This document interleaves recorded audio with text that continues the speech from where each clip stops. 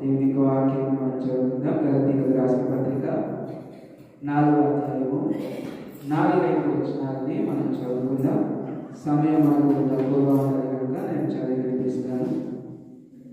అయితే కాలము పరిపూర్ణమైనప్పుడు దేవుడు తన కుమారుని పంపెను.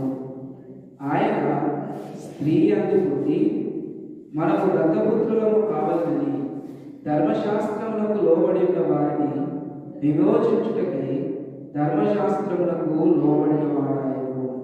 మరియు మీరు కుమారులై ఉన్నందున నాయన తండ్రి అని మొరపెట్టు తన కుమారుని ఆత్మను దేవుడు మన హృదయంలోనికి పంపెను.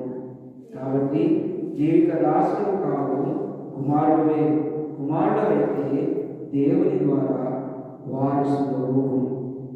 గలతీ పత్రిక 4వ అధ్యాయము 4-5 వచనాలు.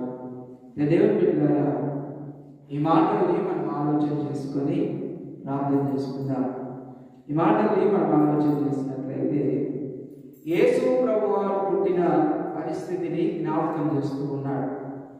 కాలము పరిపూర్ణమైనప్పుడు అనగా ఇక ఇది యేసు ప్రభువారు పుట్టవలసినటువంటి కాలము అని ఒక సిచ్యువేషన్ వచ్చినప్పుడు, పరిస్థితి వచ్చినప్పుడు దేవుడు ఏం చేశాడు అంటే తన కుమారుడిని ఈ లోకానికి పంపించాడు.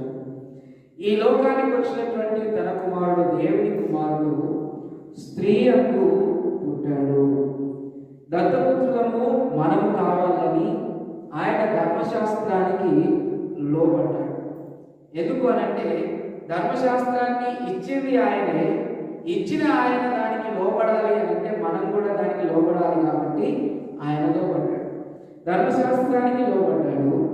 మరియు మనము కుమారులము కాబట్టి దేవుణ్ణి తండ్రి నాయన అని పిలవడానికి మనకు ఒక అధికారం అనేది దేవుడు ఇచ్చాడు. కాబట్టి ఇక మనం దాసులం కాదు, యేసు ప్రభువారిని బట్టి మనము వారసులం. దేనికి వారసులం అంటే పరలోక రాజ్యానికి వారసులం. ఈ వారసులం అనే మాటను మనం జాగ్రత్తగా ఆలోచన చేస్తే దేవుడు కదా, నిజంగా కాలం పరిపూర్ణమైంది అని దేవుడు ఎందుకు అనుకున్నాడు? కాలం పరిపూర్ణమైంది అనుకోవడం ఒక ఎత్తు అయితే తన కుమారుడిని పంపించాడు. ఎందుకు పంపించాడు?